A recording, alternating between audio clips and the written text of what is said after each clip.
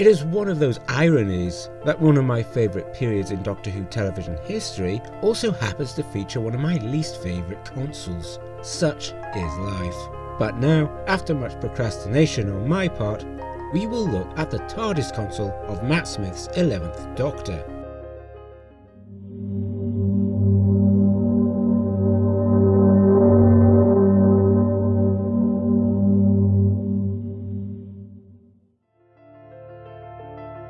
I have put off building both this and the 2005 console for a while. Both are messy, with a great deal of detail to consider and include.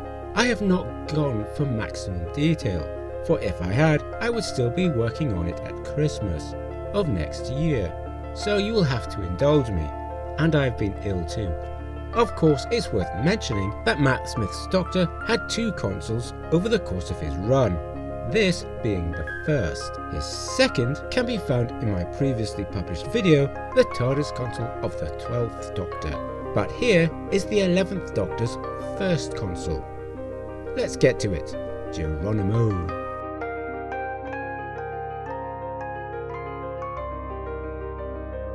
If the 9th and 10th Doctors had a grunge console, then the 11th Doctor had the sort of console one might expect in the bedroom of a teenager not yet old enough to understand the concept of tidiness. It was a welcome return to the hexagonal console after the circular console of the 9th and 10th Doctors, and is an amalgamation of parts from all over the proverbial place. A telephone, a petrol pump nozzle, a trumpet speaker from a gramophone, a pinball machine, because the Doctor is a pinball wizard. There has to be a twist. How do you think he does it? I don't know. A mechanical typewriter. I remember those. A bell. Hot and cold water taps. Why would you have hot and cold water taps on a console? And many, many more.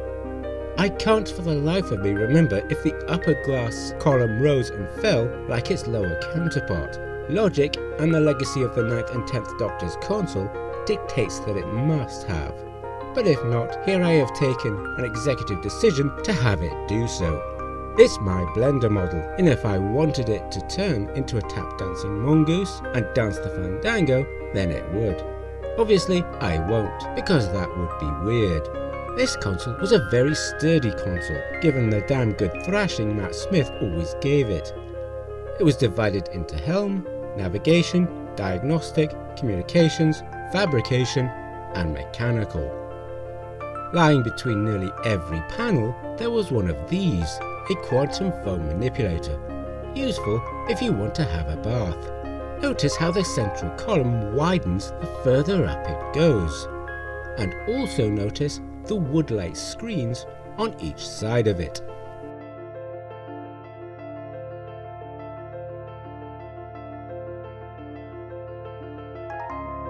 The piloting guide here is based on that published in a 2010 edition of the Doctor Who Adventures magazine, henceforth referred to as the DWA, as commentators on that most useful of websites, TARDISbuilders.com, point out the DWA's guide is not wholly accurate, but I will do what I can.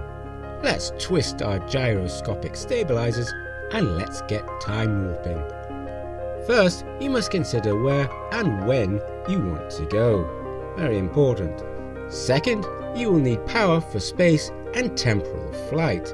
So engage the atom accelerator, which is an accelerator that is atomic. Step 3, you must adjust the time and space forward-backward control to indicate the direction your TT capsule is to go.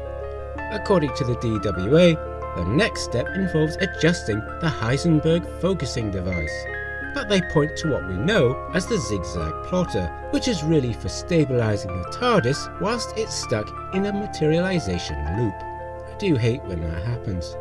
Regardless, you will need to disengage the locking down mechanism. That's the next step, and the step after that is the releasing of the time rotor handbrake. The harmonic generator is now engaged.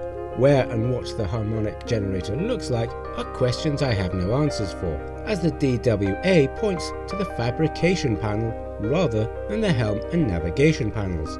But perhaps they mean this. Penultimate step, you must throw the engine release lever.